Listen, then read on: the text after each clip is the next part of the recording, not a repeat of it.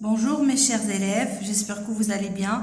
Aujourd'hui, on va voir un petit soutien concernant les préfixes et les suffixes. Alors, premièrement, on commence. C'est quoi un préfixe? Un petit élément de quelques lettres ajouté au début d'un mot pour former un nouveau. Alors, quelques lettres qu'on ajoute au début d'un mot pour former un autre mot. Exemple, le mot possible, impossible. Alors, possible devient impossible. Qu'est-ce que j'ai ajouté? J'ai ajouté un, ça veut dire IM. Alors, c'est quoi la différence entre possible et impossible? Alors, c'est le contraire. Alors, impossible, c'est le contraire de possible. Alors, pour exprimer le contraire, je peux utiliser le préfixe un. Un autre exemple, correct, incorrect.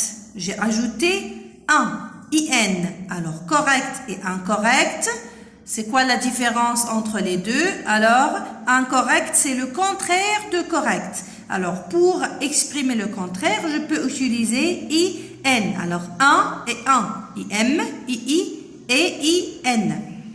Regardez. Heureux, malheureux. Qu'est-ce que j'ai ajouté? J'ai ajouté mal. Alors, heureux et malheureux, ce sont des antonymes. Ça veut dire malheureux, c'est le contraire de heureux. Alors, pour exprimer le contraire, je peux utiliser mal. Ici, pluie, parapluie. Pluie, parapluie. Qu'est-ce que j'ai ajouté? J'ai ajouté para. Alors, est-ce que pluie et parapluie, ici, dans pluie et parapluie, est-ce qu'on exprime le contraire? Non, on exprime la protection. Parapluie, ça veut dire il nous protège de la pluie. Parapluie, comme parasol, il nous protège du soleil. Faire, refaire. Qu'est-ce que j'ai ajouté? J'ai ajouté re. Alors, quelle est la différence entre faire et refaire? Alors, faire, c'est le verbe. Refaire, ça veut dire faire une autre fois. Ça veut dire répéter. Alors, ça veut dire, ici, on exprime la répétition. Favorable, défavorable. Qu'est-ce que j'ai ajouté? Dé. Alors, la différence entre favorable et défavorable, bien sûr, ce sont deux antonymes. Ça veut dire, c'est le contraire.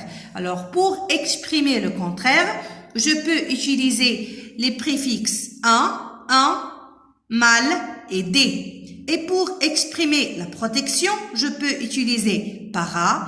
Et pour exprimer la répétition, je peux utiliser re.